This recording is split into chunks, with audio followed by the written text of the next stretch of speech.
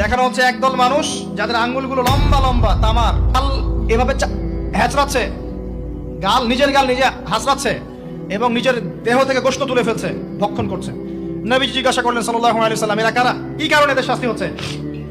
তাকে বলা হলো, এরা আপনার উম্মতের সেই সব ব্যক্তি যারা সবসময় গীবত আর সমালোচনায় ব্যস্ত থাকে। এবার নবীজি দেখছেন এক শ্রেণীর মানুষ, পেট এইরকম ফোলা, অট্টালিকার মতো পেট ফোলা, আর ভিতরে সাপ কিলবিল করছে এবং এদেরকে রক্তের নদীতে ফেলে মাথাটা ফাটিয়ে দেওয়া হচ্ছে।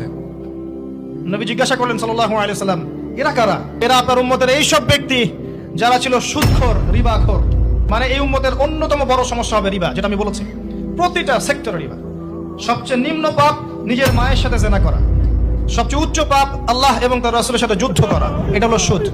এবং এর বাস্তবতা হচ্ছে এই, ধনী দিন দিন ধনী হবে, গরিব দিন দিন গরিব হবে, এটা বাস্তবতা। রক্ত চুষে খাওয়া হয়, এই কারণে রক্তের নদীতে ফেলা হয়েছে। এবং সাপ খেয়েছে তারা, সাপ খেয়ে পেট ফুলিয়ে ফেলেছে। আর একটা হাদিস আগেই বলেছি, যে দেয়, যে নেয়, যে সাক্ষী থাকে, যে লিখে রাখে, সবাইকে সমানভাবে লানত করেছেন নবী সাল্লাল্লাহু আলাইহি ওয়াসাল্লাম। নবীর লানত নিয়ে হাউজে কাউসারের পানি কোশ্চিন কালো পাবেন না, কবরের উত্তর দিতে পারবেন না।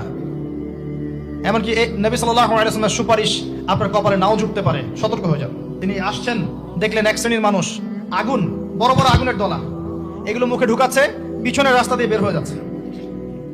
নাউযুবিল্লাহ পড়ি আমরা। জিজ্ঞেস করা হচ্ছে, কারা এরা? মর্মান্তিক শাস্তি হচ্ছে।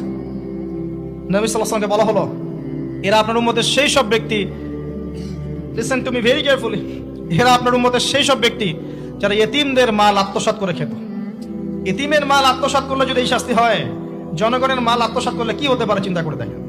এটা মানুষের হক, আল্লাহর কাছে ক্ষমা পাওয়া যাবে না, মানুষকে দিতে হবে।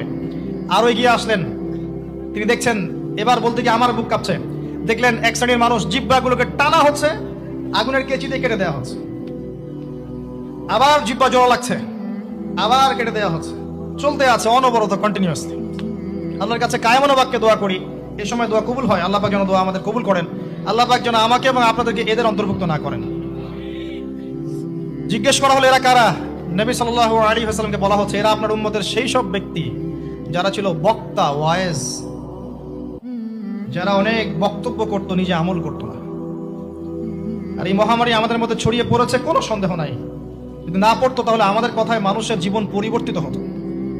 খুব কম দেখা যায় যে আমাদের কথাগুলো আপনাদের কলবে তাসির হচ্ছে। তাসির তখন হবে যখন আমার মধ্যে আমলটা থাকবে।